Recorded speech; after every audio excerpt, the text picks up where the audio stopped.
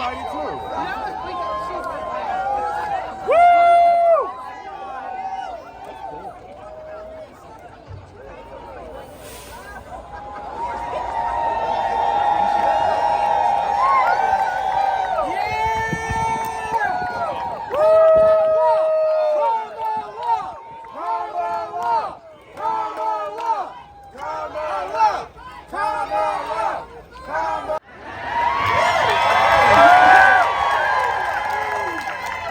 But my name is Caitlin Joshua. I'm from Louisiana. I'm so excited to be, I'm so excited to be part of the Fighting for Reproductive Freedom bus tour that's traversing the country from now until Election Day. Amanda and I are here in Virginia today to speak about the stakes of this election for the critical issue of reproductive freedom. Just weeks following the overturning of Roe v. Wade in 2022, my husband Landon and I found out that we were expecting, and we were absolutely thrilled. Our daughter was 4 years old at the time, and we thought it was the perfect time to add a second baby. But Louisiana's abortion ban impacted my pregnancy from the very start. When I called to schedule my first prenatal appointment, I was told I would have to wait an entire month and a half until I could get that appointment. I asked on the phone, is this because of what I think it is? And the young lady was very candid. She said yes. Because of the abortion ban, prenatal appointments were being scheduled later when miscarriages are less common to avoid potential legal liability for medical providers. Early on, unlike during my first pregnancy, I experienced mild cramping and spotting. Then at around 11 weeks, just 1 week before that first prenatal appointment, I started experiencing pain and blood loss, worse than childbirth. My husband was at work at the time, so I drove myself to the emergency room in Baton Rouge, and there the medical team evaluated me and told me that my fetus had completely stopped growing. I realized I was having a miscarriage, but because of the state's abortion ban, the healthcare team was afraid to tell me what was happening.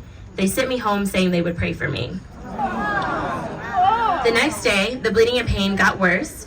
After being turned away the previous day, I met my mom and husband at a different hospital. I was losing so much blood at this point, the security guard actually put me in a wheelchair. The standard treatment for a miscarriage, for anyone that doesn't know, what I was experiencing in that moment is exactly the same treatment as abortion care. Yet in this second hospital, the staff said, we're not doing that right now, and told me to go home and wait. Ultimately, it took me weeks for me to pass my pregnancy at home. I was absolutely terrified, and this experience has made me see how Black women often die in these life-threatening moments. I've read hundreds of letters from women across Louisiana who have had similar experiences, and we know this is happening in states across our country. Because of abortion bans, physicians simply cannot practice medicine based on their training and expertise.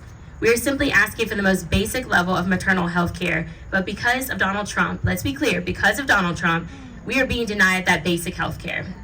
Donald Trump is responsible for the overturning of Roe v. Wade. He brags about unleashing these abortion bans across the country and calls them a beautiful thing to watch.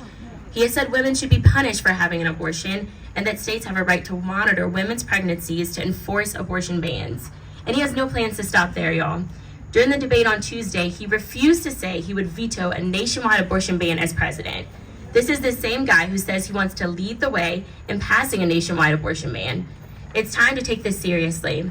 That means that what Amanda and I are experiencing could be happening in all 50 states across this country if we allow it.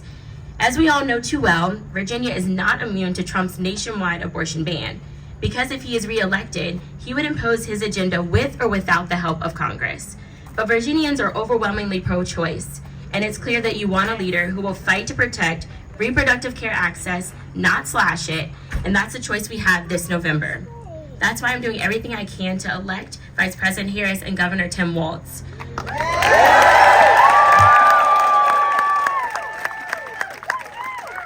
They are fighters for reproductive freedom, and they won't rest until they restore all of our rights and ensure people in every single state have access to the care that we need. The stakes cannot be higher than this election, y'all. It's on all of us to keep in this fight, to step in this fight, for our lives, our freedoms absolutely depend on it. And I'd like to acknowledge and bring up my friend Amanda Zarowski at this time.